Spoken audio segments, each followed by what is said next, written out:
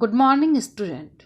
Today I'm going to take you all introduce with the third part of third chapter, Social Institution, Continuity and Change. The topic is family and kinship. What is the family?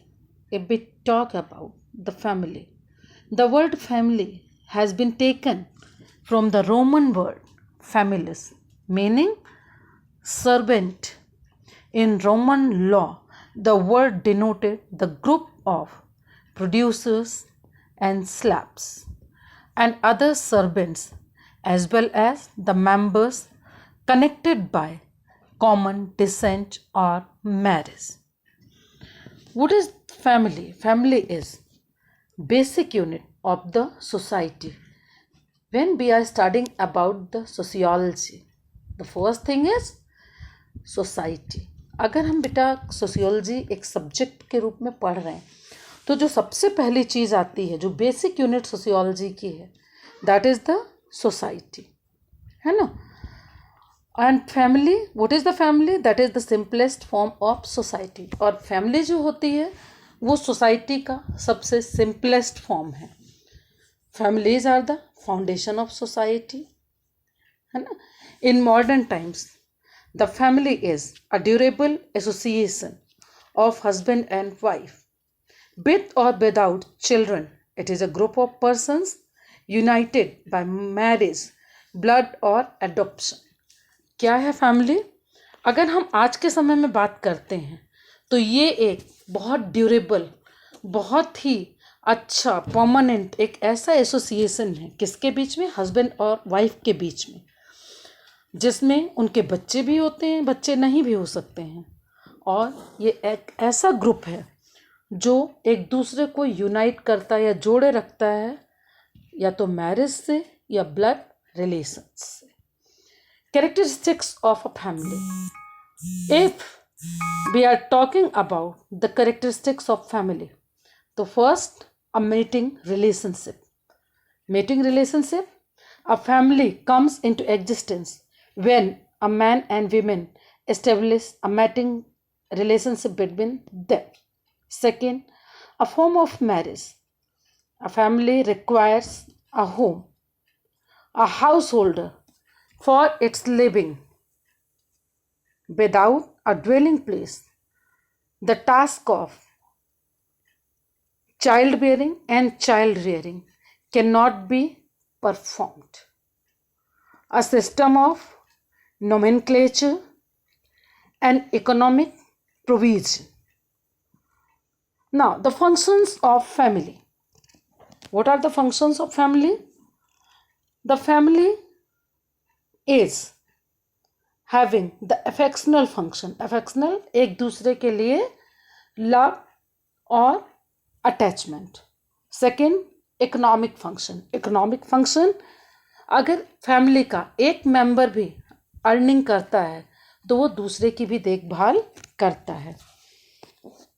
Recreational function. Recreational function में अगर हम बात करते हैं तो जितने भी हमारे फेस्टिवल सेलिब्रेट किए जाते हैं, जितने भी फैमिली के other like marriages and other rituals होते हैं. प्रोटेक्टिव फंक्शंस, हमारी फैमिली में आपने देखा होगा बेटा कि बड़े लोग छोटों का बहुत प्रोटेक्शन करते हैं, उनका उतना ध्यान रखते हैं. तो family functioning as a protection also. Now religious function.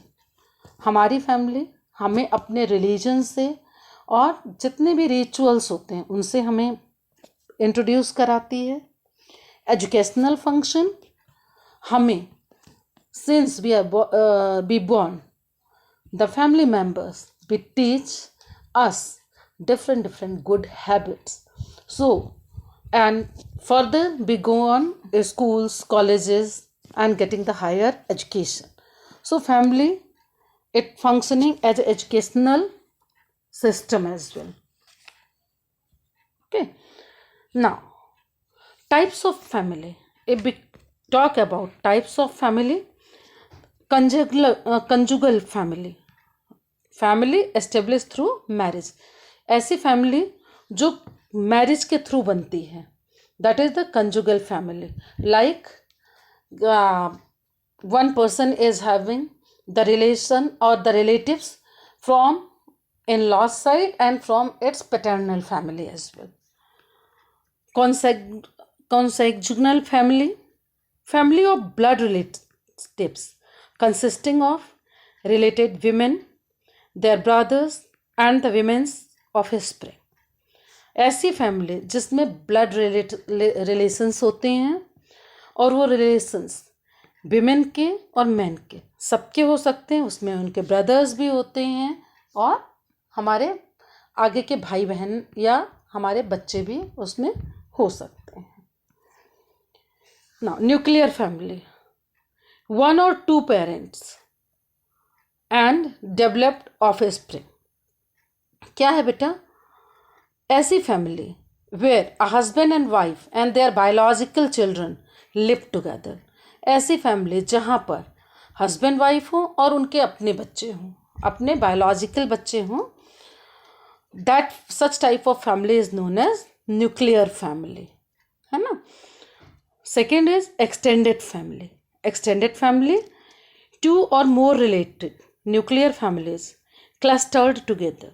2 या 2 से ज़्यादा रिलेटेड मतलब एक दूसरे का जिनका एकदम क्लोज रिलेशन होता है, वो न्यूक्लियर फैमिली एक साथ होती हैं. That is known as extended family. Now kinship. Kinship अगर हम कहें तो किनशिप इज रिश्तेदारी. what are the relationship? If we talk about the definition, every adult in every human society is generally related to 2 nuclear families. हर एक adult 2 nuclear families से ज़रूर जुड़ा हुआ होता है. जो उसकी अपनी फैमिली होती है, अपने मम्मी पापा होते हैं या अपने बच्चे होते हैं, और दूसरी अगर हम हस्बैंड की बात करते हैं तो उसकी वाइफ की जो फैमिली होती है. और वाइफ के लिए यही बात हो जाती है, अगर विमेन है तो उसके लिए क्या बात हो जाती है कि उसकी अपनी पैटर्नल फैमिली और उसके इन लॉज. तो they are. So what is the kinship? It is the relationship formed by both these type of families in which ancestors and successors are also there are called kinship, है ना. एफिनल kinship कौन सी होती है बेटा? Kinship by marriage. ऐसी रिश्तेदारी जो marriage के थ्रू बनती है, that is the affinal kinship. If we are talking about consanguineous kinship, तो रिलेशन बाय ब्लड और कॉमन एंसेस्ट्री. ऐसे रिलेशनशिप जो हमारे किससे बनती है? अपने ब्लड रिलेशन से या जिनके एंसेस्टर्स सेम होते हैं. जैसे अगर हम एग्जांपल लें तो मेरे दादाजी थे, उनके 3 बच्चे हुए, उसमें से 1 of my father and 2 others are the brothers. तो my father's family and their family, their relations, they are known as the consanguineous kinship. Importance of kinship. हमें किनशिप या रिश्तेदारी हमारे लिए क्यों जरूरी होती है? That is necessary for us to balance the social structure. Social structure को बैलेंस करने के लिए, in which if we are talking about the system of production and consumption, political power and authority are determined in rural societies through kinship. Rural societies में बेटा जितना भी है, kinship किससे डिसाइड होती है? पॉलिटिकल पावर से और अथॉरिटी से. जिसके पास ज़्यादा पॉलिटिकल पावर होती है, अगर वो हमारा दूर का भी रिश्तेदार है, तब भी हम कहते हैं कि ये हमारा रिश्तेदार है ना. और इस तरह से ऐसे ही अथॉरिटी है, जिसके पास अथॉरिटी है उससे ही रिश्तेदारी लोग रखते हैं और उसके साथ ही रिलेशंस बताते हैं. Second, on the occasion of marriage and family functions, the importance of kinship relations is seen और is plays a great role. अगर कभी भी जहाँ शादी होती है बेटा, या हमारे यहाँ कोई फंक्शंस होते हैं, कोई भी फैमिली फंक्शन हो, अगर हमारे रिलेटिव्स नहीं हो तो क्या होता है कि उसमें वो फंक्शन हमारा उतना इम्पोर्टेंट नहीं रह जाता, उसकी इम्पोर्टेंस ख़त्म हो जाती है क्योंकि हम इंजॉय नहीं कर पाते हैं। Third, through kinship it is decided who can marry with whom and where and which relationships are taboo। Kinship से ही ये डिसाइड होता है, जहाँ पर अभी तक ये चल रहा है वहीं पर ये डिसाइड होता है कि किसको कहाँ से शादी करनी है, किस कास्ट में करनी है और किससे करनी है। ये एक तरह से उनका बनाया हुआ सिस्टम है। Now the next, kinship determines the family life relationship like गोत्र, कुल, क्लैन एक्सेट्रा। किनशिप ही डिटरमाइन करती है, वही निर्धारित करती है हमारी फैमिली लाइफ को, हमारे रिलेशनशिप्स को। जैसे हमारे रिलेशनशिप किस गोत्र में हो सकते हैं, किस कुल में हो सकते हैं और किस वंश में हो सकते हैं। Kinship the right and obligation of the members in all the segments determined. Kinship he her segment पे, हर जगह क्या करती है, राइट्स, क्या हमारे अधिकार हैं और क्या क्या हमारे ऊपर ऑब्लिगेशंस हैं, वो भी डिटरमाइन करती है। Clear? Now classification of family. Classification of family can be based on sociologist, basically sociologists have classified family on the basis of, first is size, second is residence, third is descent, fourth is power and authority, fifth is marriage, sixth is chronology, seventh is social ecology, है ना। So on the basis of these 7 points, the classification of family has been done by the sociologist. And on the basis of size, as I had taught you all, 2 parts are there: nuclear family and joint family, and third is extended family. If we talk about the extended family, so extended family, it determines or it defines there may seem to be a small independent unit structurally, but functionally they work as one big family sharing a common descent। ऐसी family जहाँ पे 2 या 2 से ज़्यादा siblings means भाई बहन एक साथ, वो और उनकी फैमिलीज एक साथ रहती हैं, that is known as extended family. Joint family जहाँ पर 2 या 3 जनरेशन के लोग एक साथ रहते हैं, जिसमें उनके ग्रैंड पेरेंट्स भी होते हैं। If we talk about the features of joint family, then तो the first is at least 3 generations they living together. Second, common ancestors जिनके दादा दादी ये सब एक ही होते हैं। जैसे एक ही दादाजी के 3 बच्चे, तो वो तीनों की फैमिलीज एक साथ। कॉमन ड्यूटीज, सबका एक काम होता है। कॉमन ड्यूटीज मीन्स सबके लिए काम डिवाइडेड रहता है, इनको ये काम करना है, इनको ये काम करना है। कॉमन रेजिडेंस, एक ही घर होता है।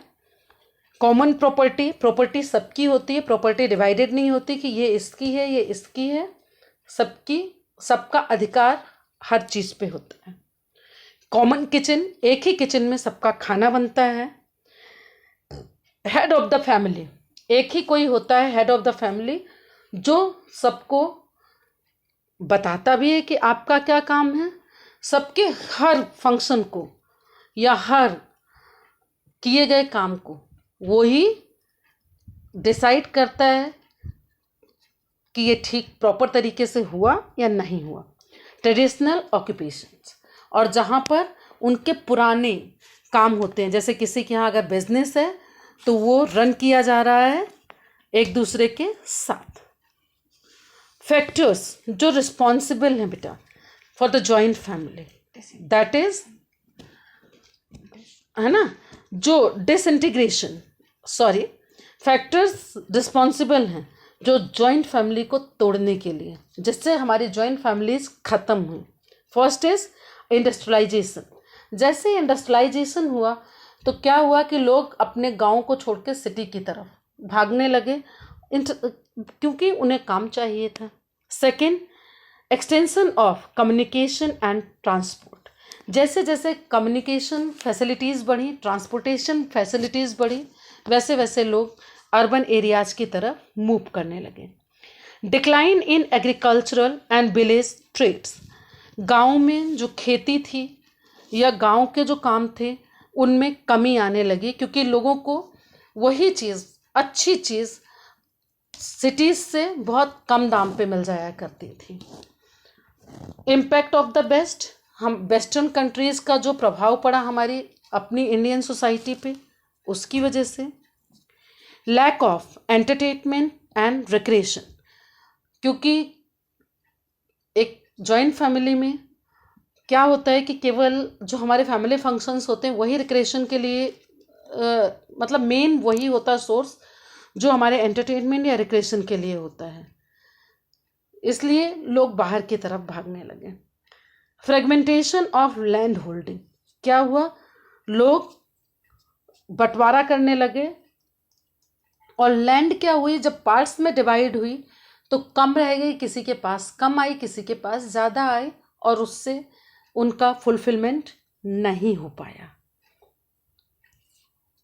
Now, if we talk about the residence, so residence in that one, on the basis of residence, there are the type of families.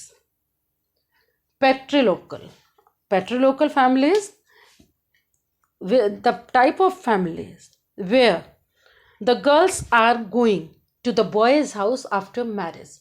अगर हम अपने नॉर्थ इंडिया में देखते हैं बेटा, तो इस तरह की फैमिलीज हैं जहाँ पर एक लड़की शादी के बाद अपने पति के घर जाती है या बॉय के घर जाती है।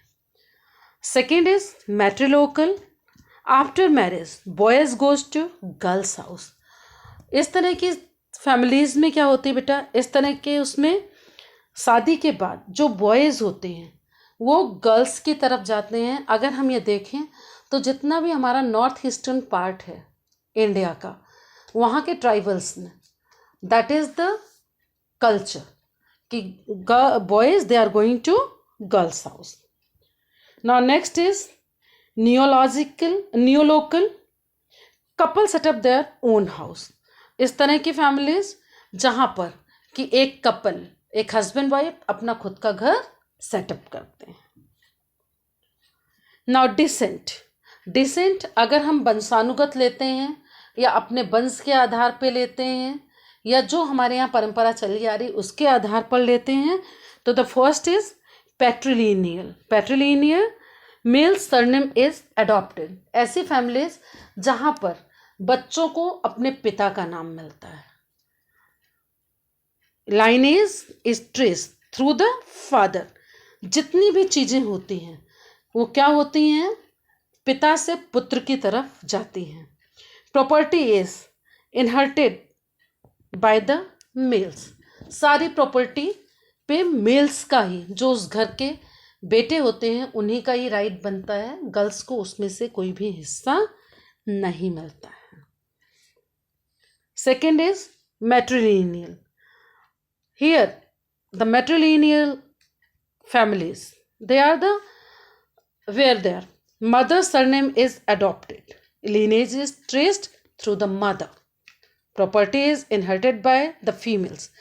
इस तरह की जितनी भी फैमिलीज होती हैं बेटा, वहाँ पर बच्चों को अपनी माँ का सरनेम मिलता है और जो भी अथॉरिटी होती है वो फीमेल्स के पास होती है, और वहाँ से जो ट्रांसफ़र भी होती है या जो प्रॉपर्टी जाती है वो गर्ल्स को जाती है, और बेसिकली जो सबसे छोटी बेटी होती है उसको ज़्यादा हिस्सा मिलता है। इस तरह का अगर हम देखें तो as earlier also I explain you all कि नॉर्थ ईस्ट में जहाँ पर मेघालय है, त्रिपुरा है, मिजोरम है, वहाँ पर क्या है कि जो प्रॉपर्टी होती है और सरनेम होता है वो माँ से बच्चों की तरफ जाता है। Clear? Now bilinear property is shared. Movable property goes to girls, immovable property goes to boys. अगर हम बाइलिनियर की बात करते हैं, यहाँ पर क्या होता है, बाइलिनियर फैमिली में दोनों को,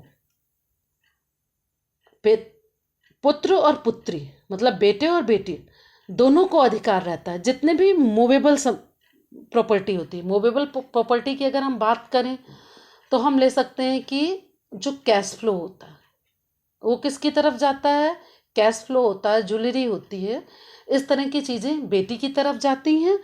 और जितनी भी इमूवेबल प्रॉपर्टी की अगर हम बात करें तो जो लैंड पार्ट होता है दैट, और अगर किसी के पास कोई भी फैक्ट्री है, इंडस्ट्री है, तो that goes to boys. Next is diverse forms of the family. Diverse forms of the family, in that the first one is patriarchal. Patriarchal, जहाँ पर power and authority is given to male who makes important decisions. जहाँ पर सारी authority mails के पास जाती है और सारे जो important decisions होते हैं वो लेने का अधिकार किसके पास होता है, मेल मेंबर के पास। फीमेल मेंबर के पास वो कोई अथॉरिटी नहीं होती है। Matriarchal family, power and authority is given to the female of the house. ऐसी फैमिली जहाँ पर कि पूरी अथॉरिटी किसके पास होती है, फीमेल मेंबर्स के पास होती है और उन्हीं के पास उनका सब कुछ आता है जितना भी अपने मदर्स का होता है ना।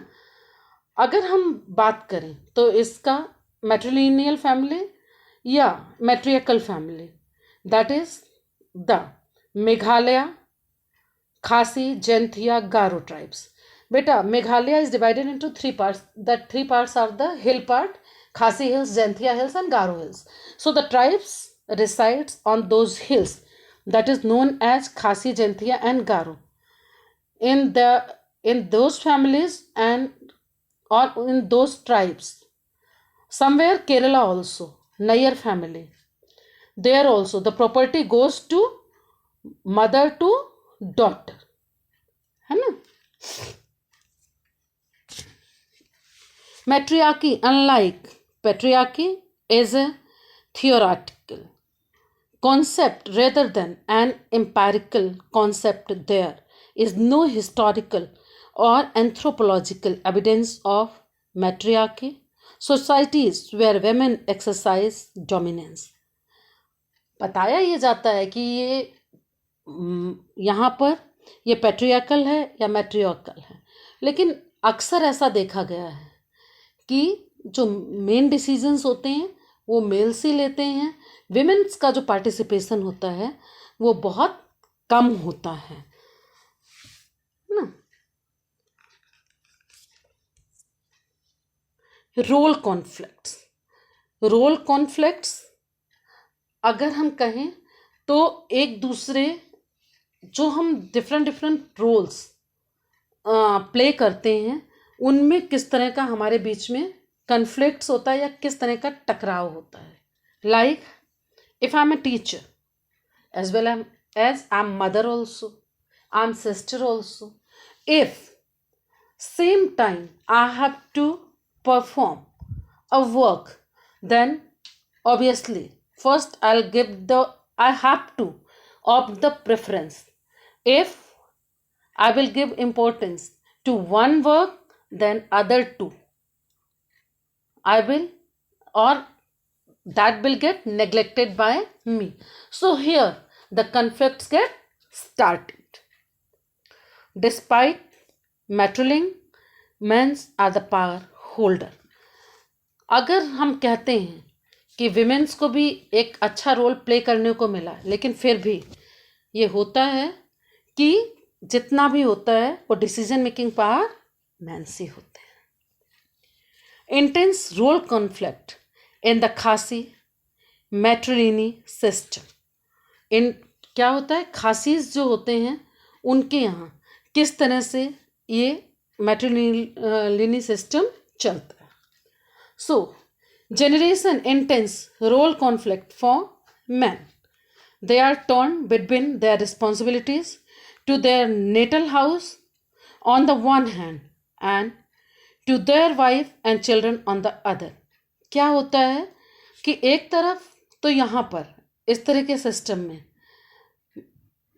मेल मेंबर जो है उसे अपने माँ बाप की तरफ भी देखना होता है, दूसरी तरफ वो शादी करके विमेन की तरफ चला गया तो उसको अपने वाइफ के भी घर वालों की देख रेख और उनकी सारी रिस्पॉन्सिबिलिटीज़ को वेयर करना पड़ता है। Second, the strain generated by such role conflicts affect women's more intentionally. अब यहाँ पर क्या होता है कि जो ये रोल कॉन्फ्लिक्ट होता है वो फिर भी वहीं पे बात आ जाती है कि विमेन्स को ही ज़्यादा इन्फेक्ट करता है या ज़्यादा इफेक्टिव रहता है। क्यों? अ women can never be fully assured that her husband does not find his sisters house और प्लेस देन हर ओन। उसको ये रहता है कि कहीं ऐसा ना हो कि उसकी सिस्टर को सारा कुछ वहाँ से मिल जाए और इसको कुछ ना मिल पाए अपने पेरेंट्स की साइड से, है ना। System is more lenient to men when there is some certain rules, है ना। Women possess only token authority. Women's के पास केवल कहने के लिए ही authorities होती हैं। Thank you. I think so, children. You people came to know very well. Thank you.